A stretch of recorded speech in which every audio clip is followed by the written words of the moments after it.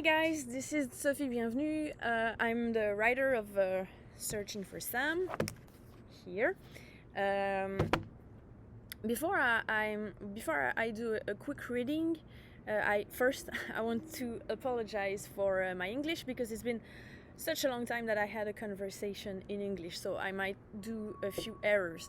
And I'm not used to give conferences in English and in front of a camera, so I'll try to do my best. Before doing a quick reading, I just wanted to explain to you how Chercher Sam, Searching for Sam came to the world.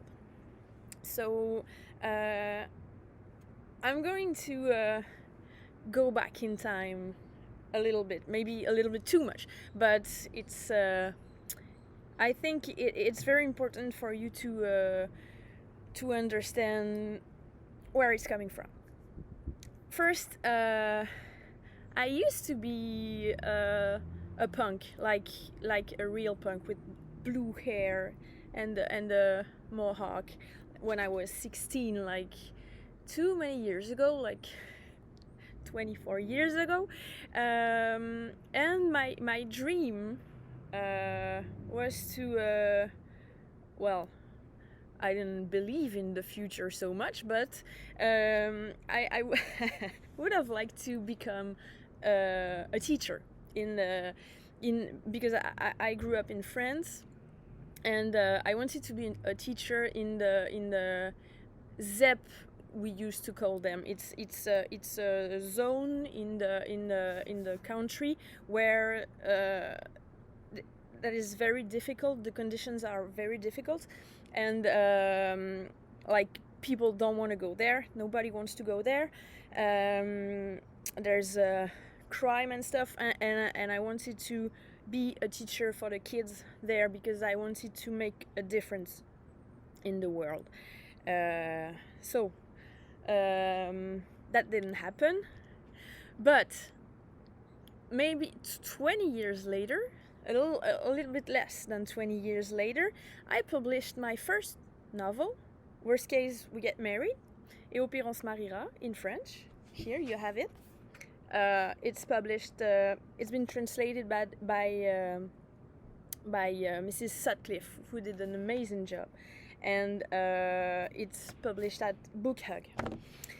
And this novel was my first novel, and I had no idea it would have such a great response. I figured like my mom would read it, or maybe 2 or 3 of my friends, but when it came out, like critics and journalists and people we've revered, like, loved it, and it's been nominated on many prizes, including le prix des étudiants, le prix littéraire des collégiens, donc literary students prize. And I was working in advertisement at the time, so it's far away from like the little punk girl with the blue hair, and far away of my dreams of doing something that mattered. So when I met those students that loved my book, and because what you must know is Worst Case We Get Married is the story of a young girl, she's 13 in the book. She falls in love with a 26-year-old guy, and well, I don't want to explain the whole book to you, but the young girl's been abused as a child, and that's it. This book literally changed my life. Well, I'm going to explain it to you. A great director, Léa Paul, when it came out, she read it. But of course, her daughter read it. part of the student prize. And as soon as she read it, she wanted to make a movie out of it. And the news spread in the journals and on the web. And when I went to a school to talk about the book, with the prize, you have to go to schools to talk with students. I had a question like, what do you want to do with the movie? And I said, well, I wrote a small book, a little book. I don't have any pretensions with the movie. I want to do the same thing with the movie. And that's it. I continue to speak. And at the end of my conference, a young girl came to me and said, well, you do say you wrote a little book, a small book, but I've been abused as a girl, and you gave me a voice. That's it. I just wanted to say that. Bye bye. And it's been a long time. It's been 10 years almost, and it's still very emotional for me. And I was on my lunch break when I went to this school, and I had to go back to write an ad for, I don't know, like Loto Quebec or something, or I don't remember. And I had the feeling going back to work that with my writing I had like done something that mattered, like for one person, for this girl. So that's what I wanted to do with my life. So as soon as I arrived at my job, I wrote my letter of resignation, and I put it on my boss's desk. And I decided that I wanted to become a writer. Like, that was going to be my job. That was going to be what I had to put on my like, how do you call it in English, my mes impôts, my tax records. I don't know. Anyway, you know what I mean. So I was gonna be a writer and a screenplay writer, because I was writing the movie as well. So I had to become a writer. But this book, Worst Case We Get Married, had such a huge success, as I told you, and it was so unexpected for me that I didn't know if I was gonna be ever able to write again something like that. And every time I tried to write again, because that was my job, that was not good. Like, I cannot say the word because it's not, I'm a lady, but it was really, really not good. And I was just like, that's it. I wrote a book. Yeah, but I'm not a writer anymore, because I don't know how to write anymore. And because, yeah, we all know a writer that published the first book, and it's a success, and the second one is like, yeah, not as good. And I was afraid of that. I was afraid to let down people, for people to say like, yeah, well, the first one was good, but the other one, nah, not so much. So I tried to write again, and I realized, I tried after that, afterwards, I realized that I was just trying to like do a recipe, like the same recipe that I did for Worst Case We Get Married, but I don't work like that. some writers like write with their head. I write with my gut. So if what I'm writing does not come from my gut, it's not good. But I didn't know that at the time. So I tried and I tried and I tried. And I'm in this rut, you know? I don't know how I'm going to get out of it, but I still have to go to book fairs and stuff. So I had to go to a book fair in Quebec City. And one thing you have to know about me, another one, is that I have Asperger's, so I have like many neuroses, and I have many fears and stuff. And one of my biggest fear is that someone would steal my dog. So I never let her in front of a store or something because, like, yeah, whatever. So I have to be to Quebec City the next morning, and it's like 9 p.m. and I have to buy, I don't remember, something at the drugstore. So, and I'm with my dog. I'm walking her. So I decide, fuck it. I just go to the drugstore. So I park my dog like here. You have the entry of the drugstore there, and here you have a huge window. So I'm doing my shopping at the drugstore, and once I arrive at the front at the desk, at the cashier, whatever, I see a guy like walking with my dog, and that's it. The guy is, somebody stole my dog. The one time I put her in front of a store, somebody steals her. So I rush out. I just drop my stuff.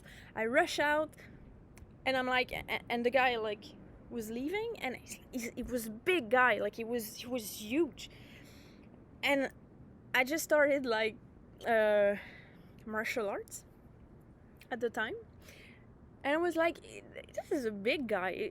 He's not, and he's a bad guy because he's a dog stealer. So yeah, a dog stealer. So I'm not like gonna go like, excuse me, can you hand me back my dog? He's not gonna hand her back to me.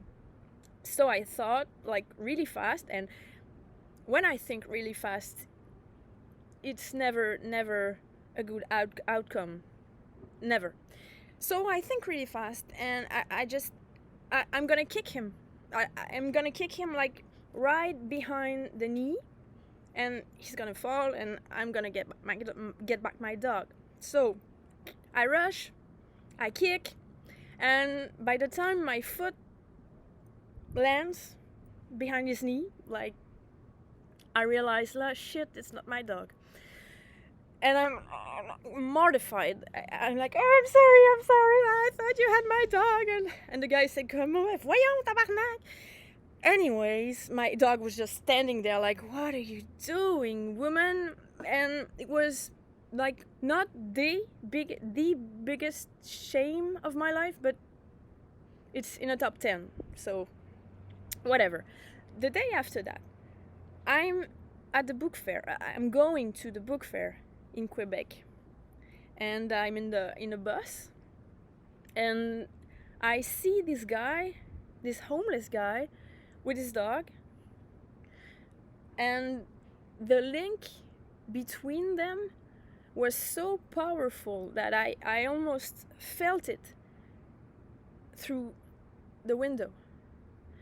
And I thought, like, yeah, him, it would be such a, I hope that he doesn't get his dog stolen for good, like for real. And that's at this time I had Searching for Sam. Searching for Sam is the story of a homeless guy who lives in the streets with his dog, and someday he loses his dog, and the searching of his dog um, makes him remember the reason he got on the street in the first place. So yeah, it was like a 10-minute bus ride from where I was to the book fair, and in 10 minutes I had all the book written. It was it was in my head already. I felt, and all the jigsaw you said puzzle, I don't remember, it's a puzzle like in my head, and at this time all the pieces like glued together to form Searching for Sam. So yeah, 10 minutes later the book was written in my head. I knew the guy was named Mathieu. I knew he came from Joliette, that is a place in the far suburbs of Montreal. I knew he had 24 years. He was 24 years old. I knew many things, but the only thing I didn't know was what it is to live on the streets. Because, well, I told you I used to be a punk, but like a punk, I never slept outside, except for one time that I slept behind the cathedral and I got lice, and I was like, oh my god, I don't want to be a punk anymore. Anyway, well, so I didn't know what to do, so I thought I'm gonna take Simone, which is my dog, and I'm gonna take her to sleep outside for a night or two and see what happens, sleep on a bench, and like to experience this world. But it seemed artificial because I could go home at any time to take a shower, or in my cold bed if I was too cold, in my hot bed, well, in warm bed if I was too cold, if I were too cold. Sorry, I told you my English is like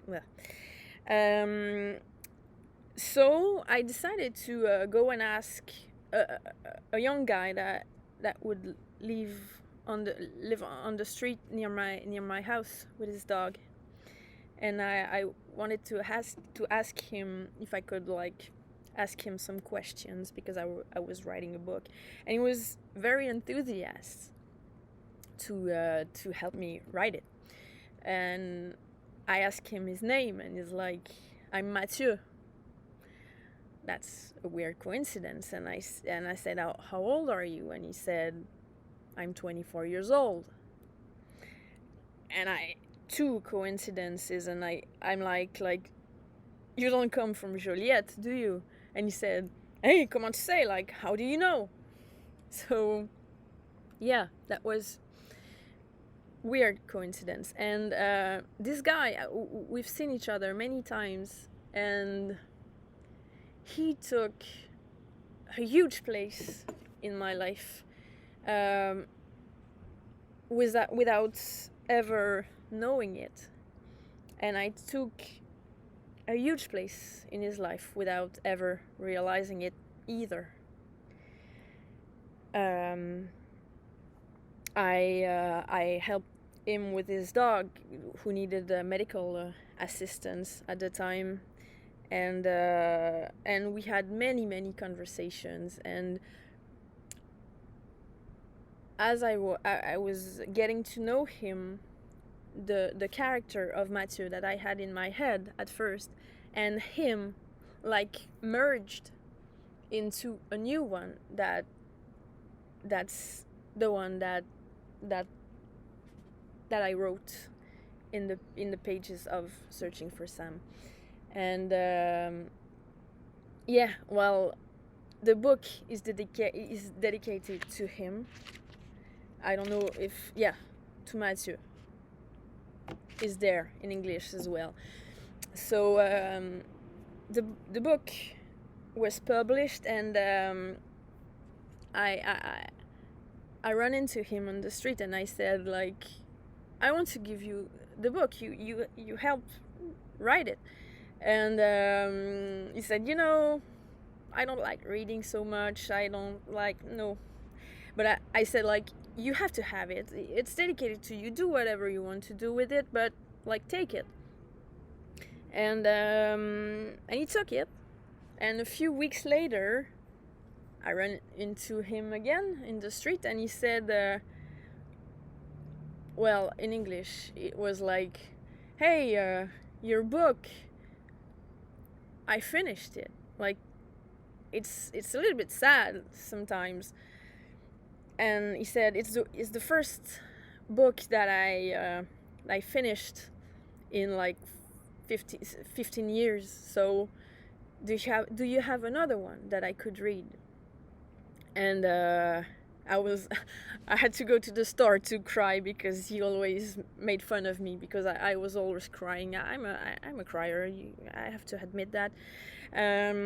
So yeah, I met him again and gave him my first novel. Worst case, we get married, and hoping to see him again soon, because it was going to be Christmas Eve, and we always went to eat at the restaurant together for Christmas. So yeah, I gave him the book, and he said, well, we will have to meet later than expected, because this year I'm going to meet my parents for Christmas, because his parents didn't want him to bring his dog. So if his dog couldn't go, he didn't go. But that year, he decided to go to leave his dog with a friend and go to be with his parents. And it was the day when I gave him my book, and that's the day he died in a car crash going to his parents.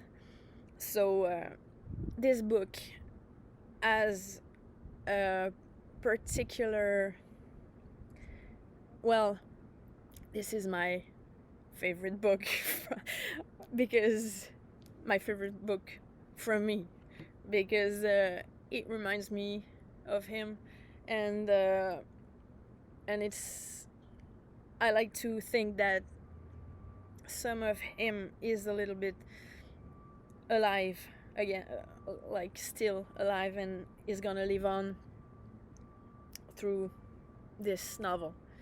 So now that everyone's crying at home, at least I'm crying, I'm going to read some of it to you. I'm gonna read the first pages. Before, me and Sam would crash in front of the fabric store that burned down on Masson. We could spread our shit out and it wouldn't blow away, so it was sort of like being at home. Sam slept in the corner, and people would stop to ask, "Where's your dog?" because she was so hard to see from the street. It was a good spot, but we couldn't stay there long because they started doing work on the store to put in whatever to replace the fabric store. Maybe a restaurant. Probably a restaurant. Before that, you could usually find us in front of Poivre et Sel. It was a good spot, but that was the problem. It was too good. Once, there was even 4 of us begging. Me and Sam, the old guy with the baseball cap, the guy with the guitar and the wolf dog, and a little black kid selling chocolate bars for school. Obviously, the kid was blowing us all away, so we got fed up and decided to pool our takings and get a slice. The old guy tried to scam us, then the other guy got mad, and the manager ran us out and threatened to call the cops. It went downhill from there. The old guy and the other guy started started beating on each other and calling each other goddamn thieves. The wolf dog tried to grab the old guy's calves, but he was tied up so couldn't reach, till the two of them ended up on the ground, and then he managed to bite the old guy's arm. The old guy started yelling, "Call off your dog! Call off your dog!" He tried to swat him, but the dog didn't back off. The old guy pissed himself and rolled over onto his stomach to hide his face. The guy with the guitar shouted, "Off!" and the dog let the old guy go.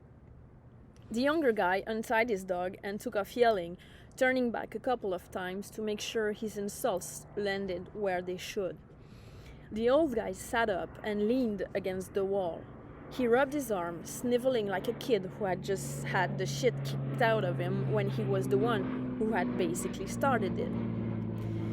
The few people who were on the street at that time of day, in the middle of the afternoon on a weekday, crowded around to make sure they got a good view in case one of the guys killed the other or something. It's not every day you get to see a murder. A girl went up to the old guy and kneeled down beside him. "Sir, are you okay? I'm going to take a look at your arm. Is that okay?" The other people thought it was gross. You could tell. Some of them thought she was brave. Some told themselves that if she hadn't gone up, they would have. But the truth is, every one of them thought it was gross. Because when it comes to the homeless, you can give them money, you can smile at them, or even ask them how it's going, but you can never, ever touch them, because they're way too afraid or misery is catching. Nothing was ever clean enough at my house. My mother cleaned everything all the time. I wasn't allowed to touch anything because I left fingerprints. I wasn't allowed to walk anywhere because I left footprints. Would you leave him be? You can tell you're not the one who does the cleaning. You don't clean, you try to erase any trace of life. That's when my dad would get up, put on his coat, and gesture with his head for me to come with him. I would run and get my coat. No, you stay here with your mother," my mother would say. And to my dad, "You won't take my son away from me, you can be sure of that." After a while, I quit hoping she would let me go with him. After a while, maybe because he was chicken, maybe because I wound up hating him. It's not even November, but it's starting to get real cold, especially at night. Sam keeps sniffing the air in the park in a weird way, not like when she smells a squirrel or garbage juice. As if something is itching as if something is itching her inside her nose, as if she knows something's coming. She looks at me to see whether I have a plan, and well, I don't. So I grab her around the neck and give her a hug. It doesn't reassure her, but it warms me up a little. I cried the first night we spent outside. Not so much because I was sad, because I was empty. It was like, what do we do now? It was December, but there wasn't any snow yet. I heard maybe we could crash at the Maison du Père, so I went to see, but they didn't take dogs. So I ended up under a porch downtown in an alley that smelled like garbage, puke and piss. I lay down between an old bike rack and the wall under the fire escape. I stared at the garage door in front of me. Night turned from yellow to brown. When everyone was sleeping, that's when the worst came out. I tried to breathe right, like a woman having a baby, or more like a guy running. Breathe in, breathe out, so I wouldn't suffocate. But it stank so bad. I started bawling. Sam was licking my tears and poking me with her wet nose, cold and wet. She arrived with her heel smacking the floor. It made the whole apartment block shake, even though she was light. The dog was following her so closely that if you looked real fast, it was like a centaur or a weird animal with a dog's ass and a human front. Sam keeps poking me with her wet nose, so I'll pay attention to her. What's quet? What do you mean? She was looking at me if I was freaking idiot. Cold and wet. Wet. Yeah, right, I'm an idiot. She walked over to me to stroke my arm, as if to say, no, you're not, but kind of a little. And she put her head on my shoulder and sighed. What are you doing? So, well, it was a long talk. I'm sorry if it was too long. I hope I get to see you, to meet you in person one day when if everything is ever going back to normal. So, bye bye. Have a great festival.